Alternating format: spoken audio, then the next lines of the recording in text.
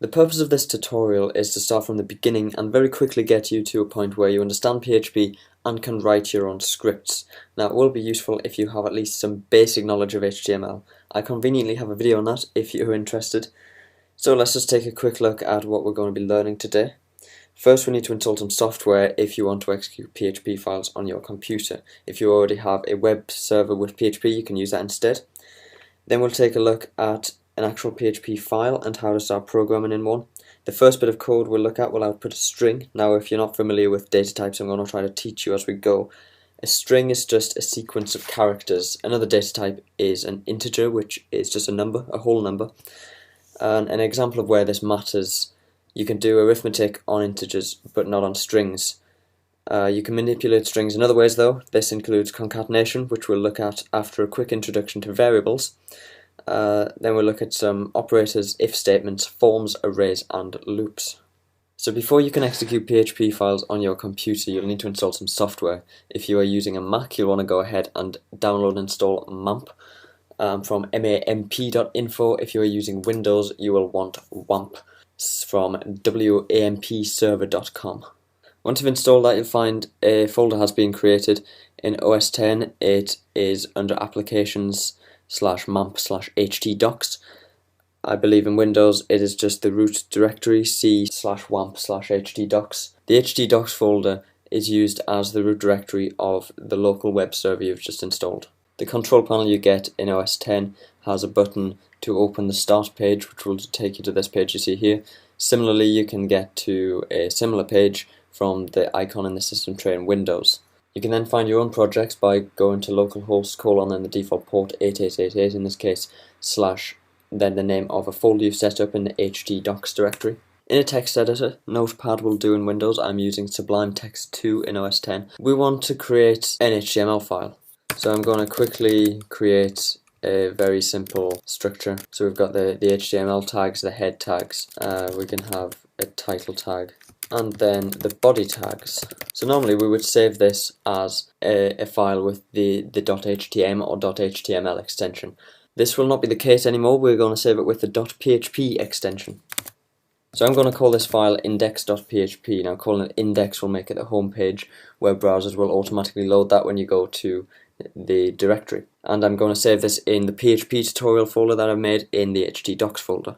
Going back to the web browser, when I refresh this PHP tutorial directory, instead of just listing the contents, it is going to load our new file which says hello world.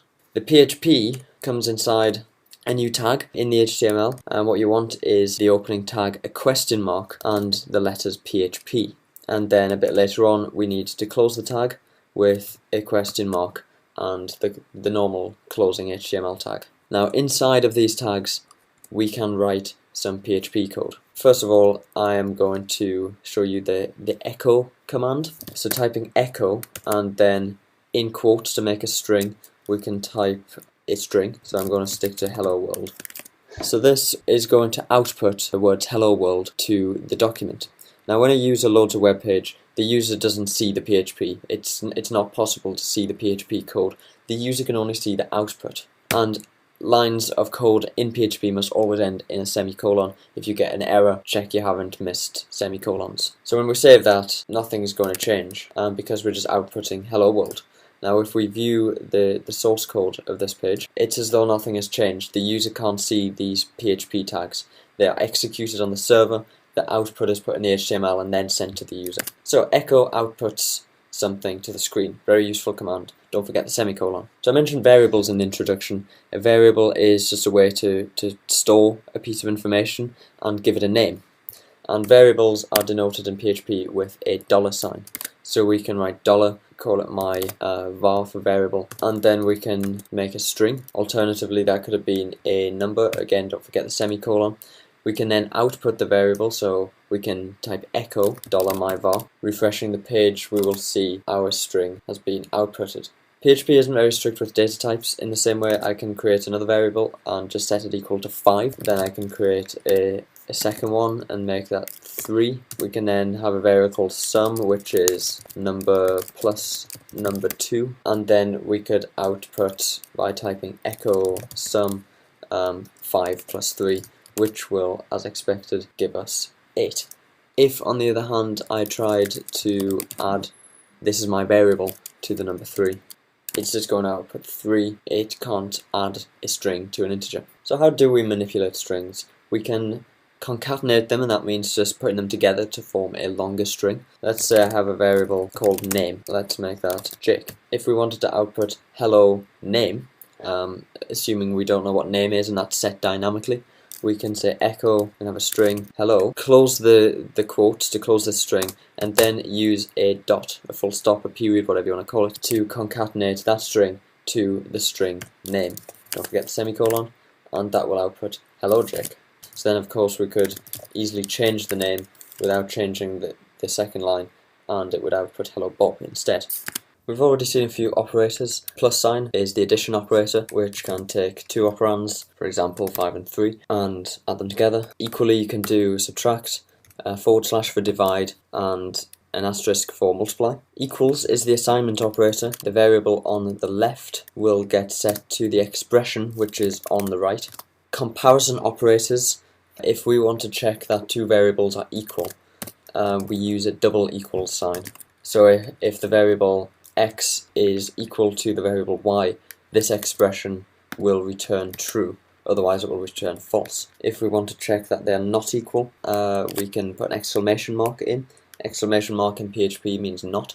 We have logical operators, so we can say x and y, which will return true if x is true and y is true. In the same way we have or, which will return true if x is true, or if y is true, or if both are true. And of course there are many more operators, but we're not going to look at those now. Instead we're going to use some logical operators and take a look at if statements. So just as an example, I'm going to create a variable called logged in, and I'm going to set this equal to true. I can then say if logged in is equal to, remember the double equals, true.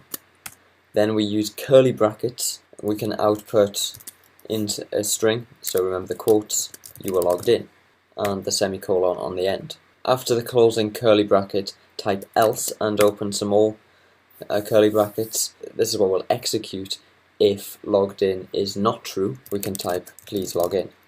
Refreshing our page, it says you are logged in because I have logged in set to true. If I change it to false, it is going to execute this section of the code and say please log in. So that's a basic if statement. We start with the word if.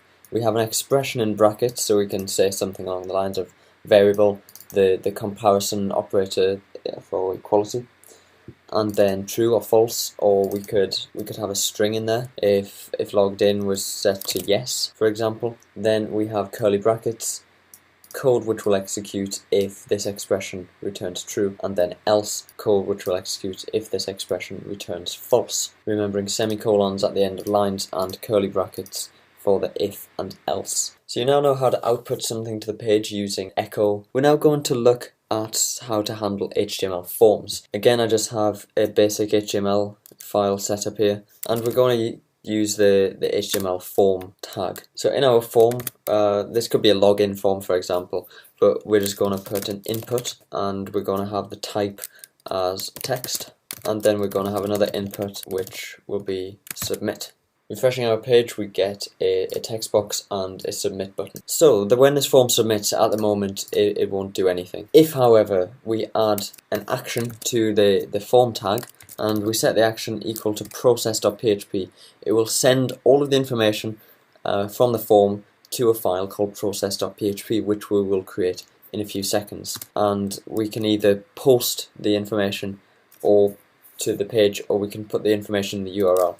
Post is what you will probably want for most scenarios. So sorry, we want method equals post. Visually nothing will change, but when we submit, it will try to go to process.php. So we're going to post the data to process.php.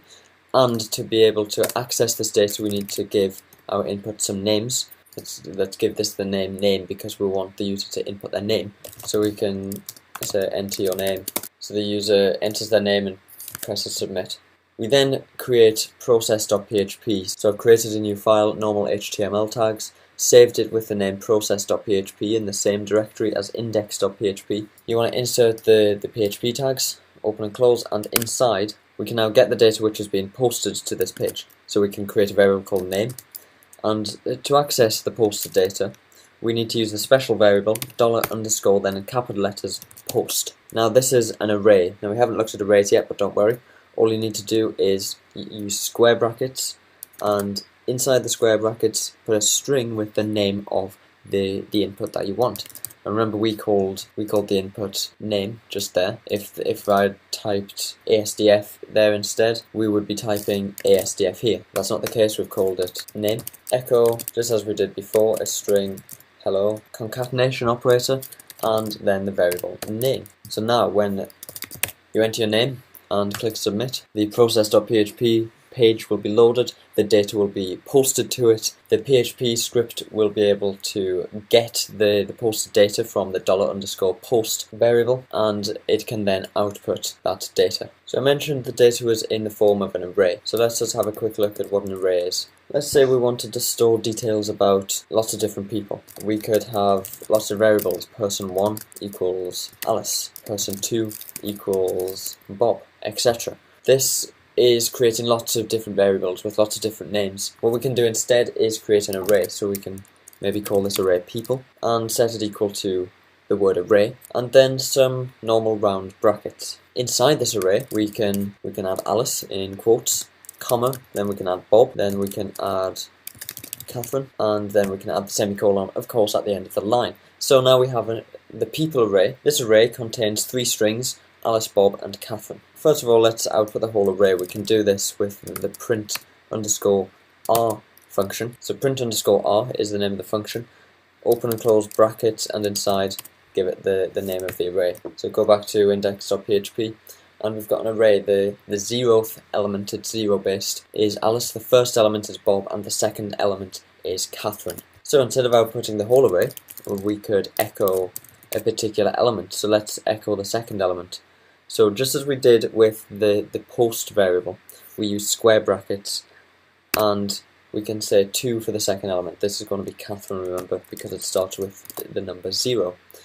So now we just get the name Catherine. So that's a simple array. An array could have integers inside of strings, but let's just stick to the people array for now and have a look at loops. Now I find the most useful loop in PHP is the for each loop.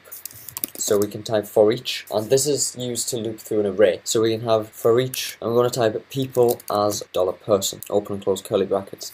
So what this means is for each element in the people array, execute the following code, but let the variable person be equal to the current element in the array. So we can output person, add a space. We can use single or double quotes for strings. We've got a string with a space inside. This is just going to output each name. So what it's doing is it's taking the people array, it goes through it until there are no elements left. So the first time this code runs, person will be set to Alice, so it'll output Alice then a space. It'll loop through the code again and set person to the second element, or element number 1, which is Bob. It'll then loop through the code a third time and set the person variable to Catherine, and then there are no more elements in the array, so it will continue executing normally. So if we create an array called numbers, and in this array we have the numbers 5, 3, and 7. Let's say we want to add up these numbers. First we can set a variable called sum and set it equal to 0. Then we can say for each numbers as number. Now you can call this variable anything you want. First variable is the name of the array. We can say sum and set it equal to the current value of sum plus the current number, the current element in the array which we are processing. Then afterwards we can echo sum. So we should expect 15 if this adds up correctly, and yes, we get 15. Sum starts at 0, it loops through and finds 5, and it does 0 plus 5, which will give us 5. So sum is now equal to 5, it'll loop through again and find 3, it'll do 5 plus 3 and give us 8. Sum is now equal to 8, it'll loop through a third and final time and find 7, and do 8 add 7, which gives us 15. Sum is now equal to 15, we echo 15, the user sees 15, and as I mentioned right at the beginning, if we view the source, all the user sees is 15. It's as though we've just typed 15 straight into the HTML document. So that's a really quick basic introduction to PHP. I hope you've understood, and I hope you have fun practicing. Stay tuned for some more advanced tutorials. Thanks for watching.